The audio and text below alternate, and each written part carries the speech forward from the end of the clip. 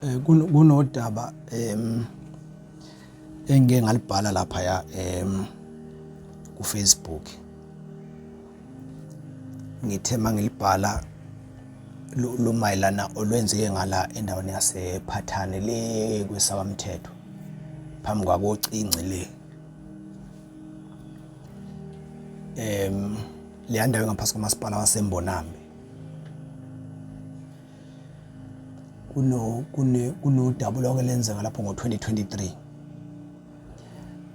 ngo-August ka-2023 komunye umuzi wakwaNtinga. Kunephoyisa okuthiwa uNtinga elabulawa lapho elalihamba nelinye iphoyisa elalihamba nomngani walo. Iphoyisa lalihamba nomngani nenye insizwa yakwaMdluli bayazi amaningi kuthiwa uMpendulo Mdluli iyayibizwa ngo-answer shothi abantu basuke betranslate igama la kuthiwa uMpendulo u-answer waMdluli. Welike leyo insizwa abanebhadi yafela ubala ngoba into eyenzeka unkosikazi kaNtinga uNtinga ube yiphoyisa. Unkosikazi kaNtinga wathenga inkabi ukuthi ibulale umyeni wakhe. Udaba lapha ePhathane bayalwazi abaningi. Kuthe mayisemshuthi ngesikhathi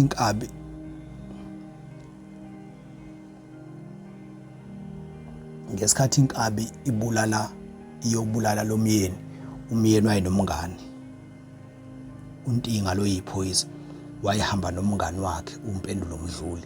Kwaphoqa ukuthi laba bebobulale bobabili ngoba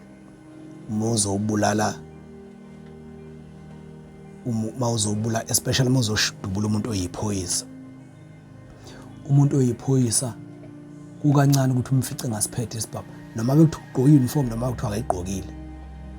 Umuntu oyiphoyisa kukancane ukuthi umfice engasiphethe isibhamu noma futhi ehamba nomngani wakhe kukancane ukuthi ahambe nomngani ongelona iphoyisa. So isikhathi esiningi lo muntu noma yena engasiphethe isibhamu kodwa umngani osuke esiphethe. In most of the cases angisho ukuthi kunjalo every day. So ke nale nkosikazi yathenga inkambi ukuthi eyobulala welike babehamba besizana ke besizana. So inkabi mefika yafika yadubula uNtinga lo iphoyisa yayisishaya kwasekushayeka nalo bashona bobabili. Wabanjwa kunkosikazi nenkabi yabanjwa bagcina ke sebegwetshwe bagwetshwa bathola guilty bagwetshwe kulonyaka nje basanda kugwetshwa. Unkosikazi wagwetshwa odilika jele ababili life sentence aba-2. Kwase kuthi insizwa leyo Samukelo Mpanza eyayumsolo wesibili wagwetshwa umnyaka o-25. Angithi wagwetshwa umnyaka o-25 neminyaka o-14 ngokuthumba ilento ade ngiyichaza phambilini ukuthi uma niyobulala umuntu nifike namthatha nje namusa endaweni nangambulalela kule ndawo enimthole kuyona. Once namthatha nambulalela kwenye indawo sekukhona ne-kidnapping lapho isizohamba neminyaka yayo nayo sekuyicala lelo. Lapha lamacala alokhu athethwe lapha enkantolo yaseMtuba. Inkantolo ephakeme ibihleli lapha eMtuba. Yabagweba kulo icala lokulenzeka ngo-2023 yazi yabagweba manje ngo-2025. Ngithe mangibhala lapha ku-Facebook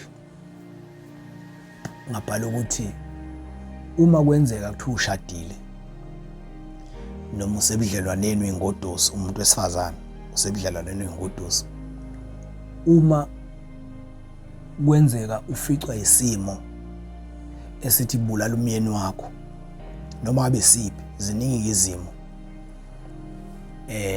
ngabe noma ngabe usufuna ukudla imali wedwa yakhe uyasebenza noma ngabe usuthola enye indoda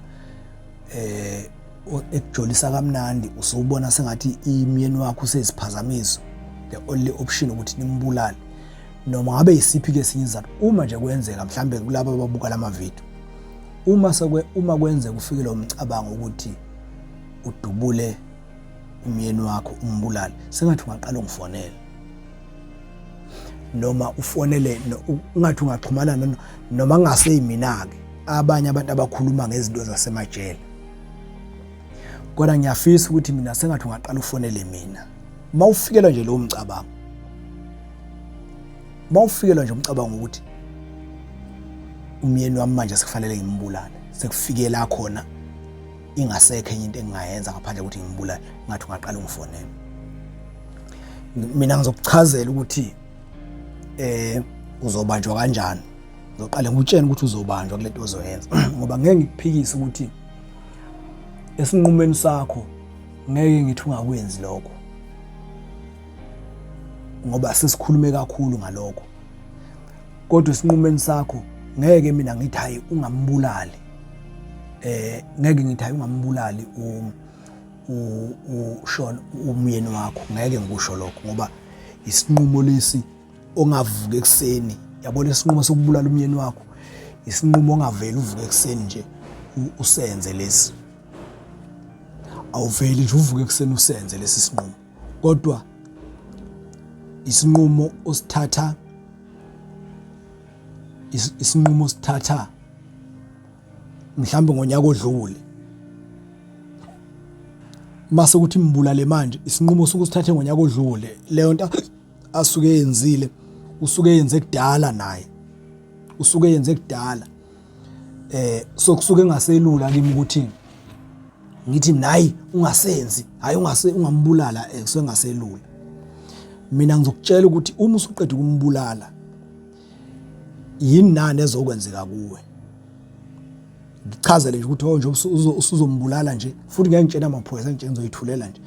Njengoba usuzombulala nje umyeni wakho, njengoba uzothenga inkabi imbulale, nakho kuzokwenzeka mayesefile, nakho kuzokwenzeka mayesefile, nakho kuzokwenzeka kuwe, nakho kuzokwenzeka einganeni zakho, nakho kuzokwenzeka emndenini wakho, nakho kuzokwenzeka nakho. Ngikuchazele nje ukuthi yini ezokwenzeka bese ngithi hamba kumbulala. Ngeke futhi ngitshele amaphoyisa ngoba abantu abaningi ababulala abayeni babo angikholwa ukuthi basuke bazi ukuthi uyazi lento. Ngike ngiyibona nangapha ngakithi bakhona babulala abayeni babo,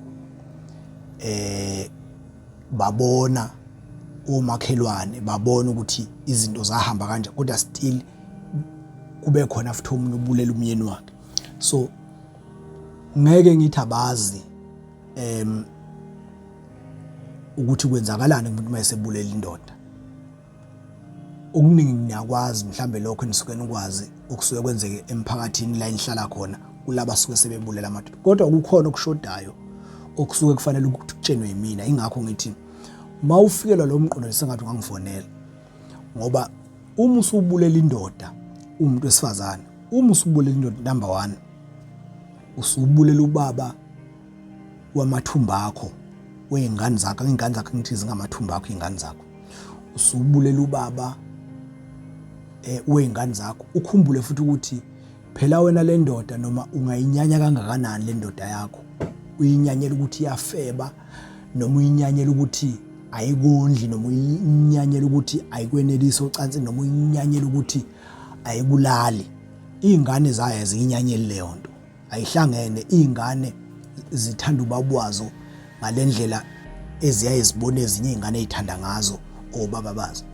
Lokho ukuthi indoda yakhe iyafeba, iyajola, ayikwazi izingane futhi ayingeni kuko, ukuthi akunelise embedeni noma isiye noma abe sikuthelele ngokufa, izingane ayingeni futhi ayihlangani lapho. Uzoyizondanisa ngeingane zakho for the rest of your life. Number 2, mawuke wabanjwa, usu-exposed imndeni nje wonke, wakini, wabkhwenyana, omakhelwane, abangane bose bethatheka njengomndeni kuwena. Usu-exposed, usuzoya nje ejele wena uma umuntu wesifazane, usuzoyiyela nje wedwa ejele wazi ukuthi awusezukuba namngani. Umuntu wesifazane usuzoyiyela nje ejele wedwa wazi ukuthi awusezukuba namngani. Usuzoluza ke manje ngisho lelishende ebelikhohlisa liseceleni. Usuzoluza izingane zakho, uzoluza umndeni wakho nabangani. Usuyophila enye kukwamama ongemama lapha la usobusuya khona. Uyabonga isikhathi ukuphuma kini uyogana kuthi wahamba uye kwamama ongemama.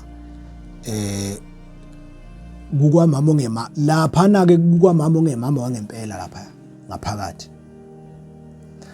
Ungafani nalo mama ongemama owawushiyo ngesikhathi ukhishwa kini kuthiwa hamba uyogana. Lo wasejele umama ongemama ilo wangempela ke loya. So ngiyayingifisa sengathi abantu besifazane mase benquma nje ukuthi sebexabene nendoda yayo ya namadoda abo to a point yokuthi sebefike esinqumeni sokuthi bebapho sengathi bengangifonela ngoba akekho umuntu wesifazane othenga inkabi ibulala indoda bese kuvele kuthuleka njengabantu. Akwenzeki kukancane mayekhona. Kukancane mayekhona ngoba basheshe ukubanjwa abantu besifazane mase bebulala indoda. Kalula futhi. Ngake ngakhuluma ngodaba lapho eLundi. Le insizwa eyahamba ye truck eyayobona umfowabo eFryhead eCliffdale. Kanti umfowabo ngalelo langa bayalwazi abantu lo daba. Kanti umfowabo ngalelo langa wayezobulawa. Le ndoda izombona nje umfowabo isuku eLundi ngetruck ekseni ngabo 4 iyombona umfowabo eCliffdale. Izombona okugcina uzobebulawa ngaso leso sikhathi wabulawa phambi kwayo. Yayisi impilo kaMfowabo yayisi bhaliswe njengempilo esihambile. Kodwa ngenxa ukuthi kusho ukuthi uNkulunkulu wenza amandla akhe nje ukuthi abize le insizwa ye-truck ngalixoxa lolu daba niyalwazi. So akwenzeki phela ayikho into esinda njengomphefumulo womuntu. Njengoba ngiyayikhuluma ngevalue yomphefumulo womuntu nje. Ngisuke ngingakhulumi ngokuthi umphefumulo womuntu unevalue ngikhuluma emoyeni. Uyasinda umphefumulo womuntu. Uyasinda especially mayezobulawa umuntu amganile. Kanjalo nowesifazane. In fact umphefumulo womuntu nje uyasinda. Yini ngithi abantu besifazane sengazi ukuthi bengangifonela before ubulala amadoda ingoba bona bayashesha ukubantu futhi abakwazi phela ukuplana abantu besifazane. Abakwazi nje ukuplana. Akekho umuntu wesifazane oplana ukubulawa kwendoda yakhe bese ngabantu. Banjwa nje kalula. So sengathi bengaqale bengifonele. Angisho ukuthi ngizobamisa. Ngizothi umuntu akaqhubeka kodwa ngizomtshela izinto azobhekana nazo. Ibhlungu into kade phambilini ngeke ngakhuluma ngodaba lasemzingazi kwaMthetho. Unkosikazi omdala wakhona ubulale unkosikazi omncane. Cabanga unkosikazi omncane wapha unkosikazi omdala imoto. Emupha nje ngenxa ukuthi lo uyasebenza. Wayesethi mamdala bamba nayo imoto ngiyakupha. Uyasuka lo umamdala uhamba ngayo le moto uthuma ingane yakhe. Ngayo le moto aphiwe umamncane uyolanda inkabi bazodubula lo mamncane. Ngangakhuluma ngalolo daba futhi. So noma ke ngingazi ukuthi umuntu engayivimba kanjani lento ngoba kwesinye isikhathi thina nje sikhule lapha ngakithi futhi hayi ngakithi kuphela ebebulawa yisamadoda kodwa bedlisa umuthi. Ebedliswa nje umuthi amadoda ngesikhathi thina sikhula. Ikho lokho bekwenza ukuthi kugcine yabo nje baningi ngakithi engeza ukuthi indoda nje bayashona yadlisa umkayo le yashona yadlisa umkayo le yadlisa umkayo.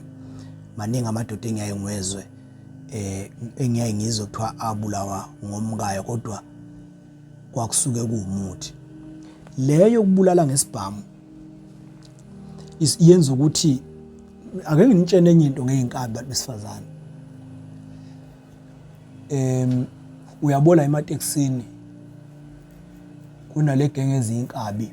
Isikhathi esiningi ama-owner amanye erenkini asuke nje kungamagwala amanye ama-owner. Once waqala wathenga inkabi kanti uyilelo owner eliyigwala lingaphathi nesibhamu noma lisiphatha kodwa lingasebenzisi. Once wathenga inkabi izitolment inkabi izithi uma nje kwathenga inkabi izothi ngagaxela mhlambe le Piet Retief ihambele ngeinto zayo ebese ifonela wena ifuna imali kuwena. Wena wake wayithenga. Yabona nje mungakhokhela inkabi kanye uyikhokhela ukuthi yobulala umuntu yafika ambulala lo muntu. Kune possibility ukuthi iphinde ibuye izofuna the very same amount of money owayikhokhela ngokubulala umuntu. Isifuna nje manje for udanki njengekho lutho isifuna nje leyo mali. Isifuna nje leyo mali. Kune possibility ukuthi ngabuye. Nani ke bantu besifazana ngakhuluma ngolunye udaba lo omunye umama wayenemali wayethexwa inkabi wathenga inkabi zamthexa imali yaphela. So uma uthenga inkabi nje ufune wazi ukuthi uma ingaboshwanga futhi noma isiboshwa umuntu izofuna kuwena ibail izofuna kuwena yonke into izofuna kuwena ukuthi ukhokhele ngishabameli. So muwaqala nje wa invite inkabi emendweni wakho noma emshadweni wakho noma esokeni lakho ngenxa ukuthi ufuna inkabi zilibulale ngoba selikulimaze kanje la kulimaza kanje emphefumulweni. Ufune wazi ukuthi you are inviting yourself sleepless nights for the rest of your life. Thank you.